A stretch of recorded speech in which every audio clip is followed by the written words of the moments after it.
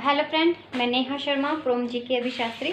आज मैं second video लेके आई हूँ चैप्टर सेल की। आज हम करेंगे जो क्वेश्चन प्रीवियसली आप पहले एग्जाम्स के अंदर पूछे जा चुके हैं सेल वाले चैप्टर से। ठीक है, तो सेल वाले चैप्टर जो हमने किया था, तो हम लास्ट वीडियो में भी हमने डिस्कस किया था कि जो सेल है उसको डिस्कवर किसने किया था, तो सेल को किसने खोजा था। तो सेल को किसने खोजा था? सेल को खोजा था रॉबर्ट हुक ने। ठीक है, वो हम कर चुके हैं, बहुत बार ये क्वेश्चन आ चुका है। अब सेकंड क्वेश्चन है, सेकंड क्वेश्चन ये है कि कोशिका के अंदर, ठीक है, कोशिका के अंदर, कोशिका में प्रोटीन संश्लेषण कौन करता है? नेक्स्ट क्वेश्चन है, ये इंपॉर्टेंट है क्वेश्चन जो मैं आपको करा रही हूँ। ये वो क्वेश्चंस है जो पहले भी आपसे क्वेश्चंस पूछे जा चुके हैं बायो के, आपके जो एचएससी के एग्जाम है या एसएससी के एग्जाम है, कोई भी हो, चाहे एचएससी को चाहे एसएससी का हो। तो जहां भी बात आती है प्रोटीन संश्लेषण की, सबसे पहला नाम याद रखना है, या फिर बोलो प्रोटीन सिंथेसिस। इंग्लिश में हम बोलेंगे प्रोटीन सिंथेसिस। तो which part of cell help in protein synthesis, की प्रोटीन सिंथेसिस में सेल का कौन सा पार्ट हेल्प करता है? तो यहाँ आंसर आएगा राइबोसोम। आपकी प्रायोरिटी रहेगी किसके लिए? राइबोसोम के लिए। ठीक है, अगर कई बार थोड़ा सा एडवांस क्वेश्चन दे दे, ये पूछ ले, राइबोसोम ना दे उसके अंदर, ठीक है, तो दूसरा आंसर क्या हो सकता है इसका? दूसरा आंसर हो सकता है एंडोप्लाज्मिक रेटिकुलम। मोस्ट ऑफ आपको क्या मिलेगा? राइबोसोम मिलेगा। ठीक है, और एंडोप्लाज्मिक रेटिकुलम भी कौन सा? Rough endoplasmic reticulum. मैंने आपको पहले भी बताया था, अगर आपको बेसिक जानना है कि ये किस तरीके से वर्क करता है तो आप जा सकते हैं नेहा एनसीईआरटी यूट्यूब चैनल पर। वहाँ पर आपको साइंस की बेसिक वीडियो मिल जाएंगी, और यहाँ पर सिर्फ हम क्वेश्चन आंसर करने वाले हैं। तो प्रोटीन संश्लेषण का काम या प्रोटीन सिंथेसिस का काम कौन करता है? प्रोटीन सिंथेसिस का काम तो करता है राइबोसोम। 90% तो आंसर यही रहेगा कि कई बार वो थोड़ा सा और हटके क्वेश्चन दे दे, हटके ऑप्शंस दे दे। ठीक है, वो आंसर शायद ये चाहता हो कि एंडोप्लाज्मिक रेटिकुलम। एंडोप्लाज्मिक रेटिकुलम भी क्यों करता है? क्योंकि एंडोप्लाज्मिक रेटिकुलम जो रफ वाला होता है ना, दो तरह के एंडोप्लाज्मिक रेटिकुलम होते हैं, एक स्मूथ होता है, दूसरा रफ होता है। तो रफ वाला करता है। क्यों करता है रफ वाला? क्योंकि जो एंडोप्लाज्मिक रेटिकुलम होते हैं ना, ये न्यूक्लियस मेम्ब्रेन के इस तरीके से प्रेजेंट होते हैं। स्मूथ एंडोप्लाज्मिक रेटिकुलम होता है जिसका बिल्कुल जो अपर लेयर है उसके ऊपर कुछ भी प्रेजेंट नहीं होता, और जो रफ एंडोप्लाज्मिक रेटिकुलम होता है ना, उसके ऊपर इस तरीके से ग्रेन लाइक स्ट्रक्चर, या बोल सकते हो दाने जैसे कुछ संरचनात्मक प्रेजेंट होते हैं। ठीक है, कुछ संरचना प्रेजेंट होती है जो दाने की तरह होती है, या बोल सकते हो ग्रेन लाइक स्ट्रक्चर्स होते हैं, उनको हम क्या बोलते हैं? राइबोसोम बोलते हैं। तो इसी वजह से, इन राइबोसोम की वजह से ही करता है रफ एंडोप्लाज्मिक रेटिकुलम भी। पर अगर आपके पास राइबोसोम ना दिया हो तो रफ एंडोप्लाज्मिक रेटिकुलम, अगर ऑप्शन में दोनों हो तब आपका आंसर रहेगा ओनली राइबोसोम। ठीक है, अब बात आती है कि स्मूथ एंडोप्लाज्मिक रेटिकुलम क्या करता है।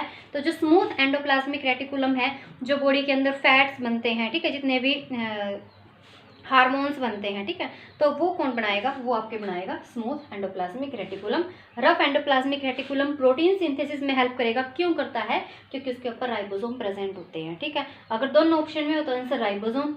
अगर राइबोसोम है ओनली तो राइबोसोम ही रहेगा। अगर राइबोसोम ना दिखाई दे तो रफ एंडोप्लाज्मिक रेटिकुलम। वो एक जगह सिंपल ये भी लग सकता है, rough endoplasmic reticulum, smooth endoplasmic reticulum, या फिर एंडोप्लाज्मिक रेटिकुलम। तब आंसर सिर्फ यही रहेगा कि रफ एंडोप्लाज्मिक रेटिकुलम।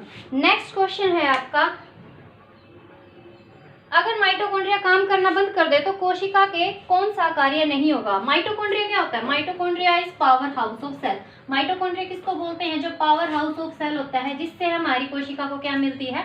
ऊर्जा मिलती है, तो उसको हम क्या बोलते हैं? माइटोकॉन्ड्रिया बोलते हैं। इसने ये बोल दिया, अगर माइटोकॉन्ड्रिया प्रेजेंट नहीं है, इफ माइटोकॉन्ड्रिया इज एब्सेंट, ठीक है, अगर माइटोकॉन्ड्रिया एब्सेंट है तो क्या होगा? अगर माइटोकॉन्ड्रिया एब्सेंट है तो भोजन का ऑक्सीडेशन नहीं होगा। Food of oxidation is absent. Food of oxidation is not, ठीक है, नहीं होगा। फूड जो ऑक्सीडेशन है वो फूड का नहीं होगा, या हिंदी में बोल सकते हैं, ठीक है, जो भोजन का अच्छे से ऑक्सीजन में जो बदलना है, ठीक है, वो चीज़ नहीं होगी। भोजन ऑक्सीजन के अंदर नहीं बदलेगा। हमारे शरीर को ऑक्सीजन कैसे मिलती है? जो हम खाना खाते हैं ना, उसमें मोस्ट ऑफ क्या होती है? ग्लूकोज होती है। ठीक है, वो ग्लूकोज जब ऑक्सीजन के साथ मिलता है ना, तो ऑक्सीडेशन से क्या निकलती है, एनर्जी निकलती है। किसकी फॉर्म में निकलती है, एटीपी। क्वेश्चन ये भी पूछा जाता है what is the full form of ATP. तो एटीपी की फुल फॉर्म है एडिनोसाइन ट्राई फॉस्फेट। ठीक है, तो ये एडाइनोसिन ट्राई फॉस्फेट, इसको हम क्या बोलते हैं, एनर्जी करेंसी भी बोलते हैं। ठीक है, कई बार पूछ ले, ये भी क्वेश्चन आया हुआ है कि एनर्जी करेंसी किसको बोलते हैं, एटीपी को बोलते हैं। एटीपी की फुल फॉर्म क्या है, एडाइनोसाइन ट्राइफॉस्फेट है। कब निकलती है, जब ऑक्सीजनेशन होता है फूड का। फूड के अंदर क्या होती है, मोस्ट ऑफ ग्लूकोज। जब ग्लूकोज का ऑक्सीजनेशन होता है, ठीक है, ऑक्सीडाइजेशन के बाद एटीपी निकलती है, तो वो हमें क्या देती है, वो हमें एनर्जी देती है। तो अगर माइटोकॉन्ड्रिया, और ये सब कहाँ होता है, ये सब माइटोकॉन्ड्रिया के अंदर होता है। अगर माइटोकॉन्ड्रिया ना हो तो हमें एनर्जी नहीं मिलेगी। ठीक है, और एक क्वेश्चन और बहुत ज़्यादा पूछा जाता है कि ऐसा कौन सा पोषक तत्व है जिससे हमें सबसे ज़्यादा, मतलब सबसे जल्दी एनर्जी, इमीडिएट एनर्जी मिलती है, तो वो होता है ग्लूकोज। ग्लूकोज बहुत जल्दी ऑक्सीडाइज हो जाता है, उससे हमें बहुत जल्दी एनर्जी मिलती है। नेक्स्ट क्वेश्चन है आपका, कोशिका का ऊर्जा ग्रह किसको कहा जाता है। तो आंसर यही है, मैंने आपको बताया है, पावर हाउस ऑफ सेल किसको बोला जाता है, माइटोकॉन्ड्रिया को बोला जाता है। कोशिका के अंदर जो ऊर्जा ग्रह है वो किसको बोला जाता है, माइटोकॉन्ड्रिया। ऊर्जा ग्रह या फिर पावर हाउस। क्यों बोला जाता है पावर हाउस, वो मैंने आपको बता दिया, क्योंकि यहाँ पर एटीपी प्रोडक्शन होती है, एटीपी सिंथेसिस होती है। एटीपी क्या होती है, जो हमें एनर्जी प्रोवाइड करती है। जो हमें एनर्जी की फॉर्म मिलती है वो किस फॉर्म में होती है, हमारी एटीपी की फॉर्म में होती है। नेक्स्ट क्वेश्चन है, निम्नलिखित में से कौन सा सबसे बड़ा कोशिकांग है। ठीक है, कोशिकांग कौन से होते हैं, वो अलग अलग डिपेंड करता है। अब जैसे क्लोरोप्लास्ट होता है, ठीक है, तो इसके आंसर क्लोरोप्लास्ट दिया हुआ है। ये जो क्लोरोप्लास्ट होता है वो सबसे बड़ा कोशिकांग होता है, जो कि आपका पादप कोशिका के अंदर होता है। एक क्वेश्चन ये पूछा जाता है, वो हम लास्ट वीडियो में भी शायद डिस्कस कर चुके हैं, कि पादप कोशिका और जंतु कोशिका का सबसे बड़ा डिफरेंस क्या है। सबसे बड़ा डिफरेंस ये है कोशिका भित्ति का होना। जो कोशिका भित्ति होती है वो, या फिर बोल सकते हैं सेल वॉल। ठीक है, अगर बात करें plant cell, animal cell, English में बहुत अच्छा, बहुत इजीली होता है उठाना, सेल वॉल। पी से प्लांट और पी से present. Cell wall is present in plant cell. A से एनिमल, ए से अब्सेंट। क्या चीज अब्सेंट है, सेल वॉल। पर बात करेंगे अगर प्लाज्मा मेम्ब्रेन की, प्लाज्मा मेम्ब्रेन दोनों के अंदर होगी। पर बात करेंगे सेल वॉल की, तो सेल वॉल पी से प्लांट, प्लांट के अंदर प्रेजेंट है, एनिमल के अंदर अब्सेंट है। और जब बात होती है वैक्यूल की, तो वैक्यूल्स इसके अंदर बड़े होते हैं, इसके अंदर छोटे होते हैं। ये भी स्ट्रक्चर आ जाता है कि जो वैक्यूल हैं, ठीक है, वो प्लांट सेल के अंदर बड़े होते हैं, एनिमल सेल के अंदर छोटे होते हैं। और भी काफी डिफरेंस है, जैसे केंद्रक की बात करें, यहाँ पर केंद्रक कहाँ होता है, केंद्रक साइड में होता है। ठीक है, या फिर बोल सकते हैं पोलर रीजन या फिर पेरिफेरी। पेरिफेरी कैसे होता है कि जैसे ये सेल है, पादप कोशिका है, इसके अंदर बहुत बड़ा वैक्यूल होता है, तो वैक्यूल की वजह से जो केंद्रक है वो साइड में चला जाता है। पर जब हम बात करते हैं एनिमल सेल की, जंतु कोशिका की, तो जंतु कोशिका में जो केंद्रक होता है वो बिल्कुल बीच में होता है।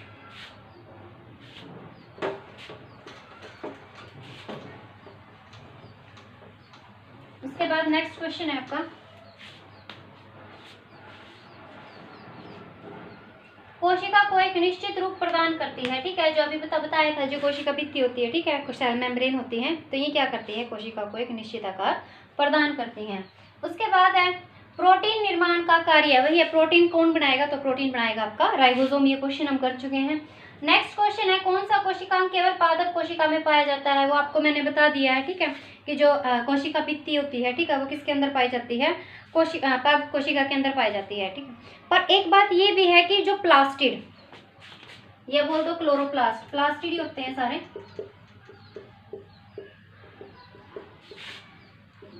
प्लास्टिड भी एक ऐसी संरचना है जो किसके अंदर मिलती है, पादप कोशिका के अंदर मिलती है। ठीक है, या फिर पूछ ले ऐसी कौन सी कोशिका है जो जंतु कोशिका में है पर पादप कोशिका में नहीं है, तो वो है सेंट्रियोल।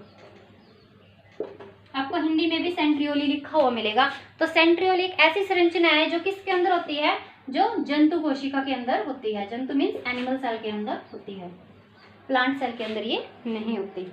नेक्स्ट क्वेश्चन है आपका, कोशिकीय शोषण का सक्रिय स्थल क्या है, जो अभी बताया था कि जहां पर ऑक्सीजन आएगी वही करेगा, तो माइटोकॉन्ड्रिया है। तो मीन्स कहने का मतलब ये है कि रेस्पिरेशन सेल के अंदर कौन करता है, रेस्पिरेशन इन सेल, या बोल लो श्वसन कोशिका में। तो श्वसन कौन करेगा कोशिका में, वो करेगा माइटोकॉन्ड्रिया। माइटोकॉन्ड्रिया और क्लोरोप्लास्ट से सबसे ज्यादा क्वेश्चन पूछे जाते हैं। ये पूछा जाता है ऐसे कौन से दो कोशिकांग है जिनका खुद का डीएनए होता है। तो ऐसे दो कोशिकांग कौन से हैं जिनका खुद का डीएनए होता है।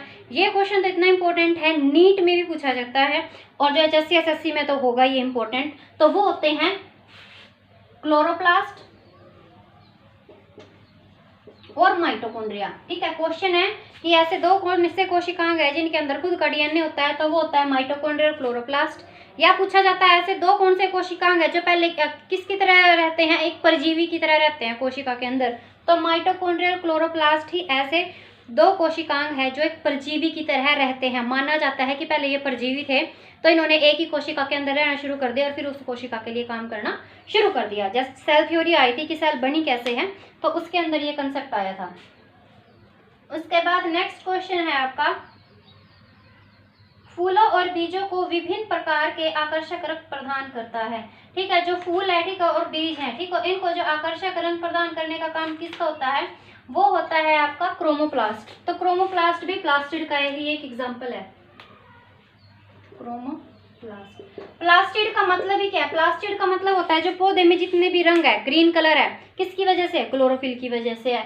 जितना भी फ्लावर्स का कलर आता है, फ्रूट्स का कलर आता है, वो किसकी वजह से है, क्रोमोप्लास्ट की वजह से आता है। ठीक है, ल्यूकोप्लास्ट होता है जिसकी वजह से जो रूट्स के अंदर होता है कि कोई कलर नहीं होता। तो ये सारे के सारे प्लास्टिड होते हैं जो अलग अलग कलर प्लांट को देते हैं।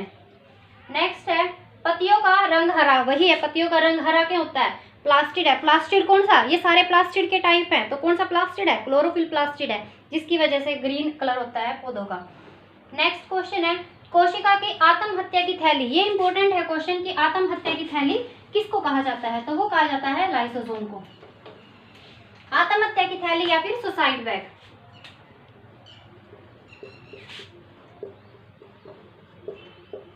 आत्महत्या की थैली, ठीक है, किसको बोला जाता है, लाइसोसोम को बोला जाता है। क्यों बोला जाता है लाइसोसोम को, ये चेक करता रहता है। सबसे पहले तो इसके अंदर क्या होते हैं, इसके अंदर सबसे मेन होता है HCl होता है, ठीक है, और एंजाइम्स होते हैं, डाइजेस्टिव एंजाइम। एक चीज और ध्यान रखना, जहां भी डाइजेस्टिव एंजाइम होंगे ना, उनको एक्टिवेट करने के लिए HCl जरूर होगा।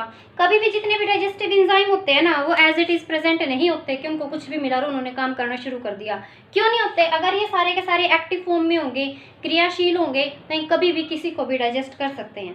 तो इनके साथ क्या होता है, HCl का मिलना जरूरी होता है, तभी क्या होंगे, ये क्रियाशील होंगे। तो लाइसोसोम इस तरीके से स्ट्रक्चर होता है, वैक्यूल लाइक स्ट्रक्चर, या फिर बोल सकते हैं इसको मेम्ब्रेन बाउंड स्ट्रक्चर होता है, जिसके अंदर क्या होता है, HCl और डाइजेस्टिव एंजाइम होते हैं।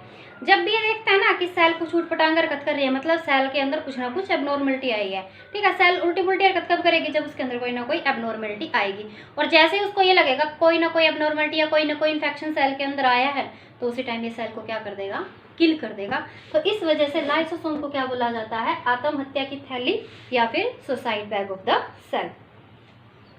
उसके बाद नेक्स्ट क्वेश्चन है लाइसोसोम में पाए जाने वाला, ठीक है, तो वो हाइड्रोक्लोरिक। उसके बाद है किसकी उपस्थिति के कारण किसी पादप कोशिका और जंतु कोशिका में भेद किया जा सकता है। तो किसकी चीज की वजह से पादप कोशिका और जंतु कोशिका को अलग अलग किया जा चुका है, वो हम पहले भी बता चुके हैं। या तो सेल वॉल होगी या फिर क्या होगा, प्लास्टिड होगा। प्लास्टिड क्या है, जो डिफरेंट कलर देगा।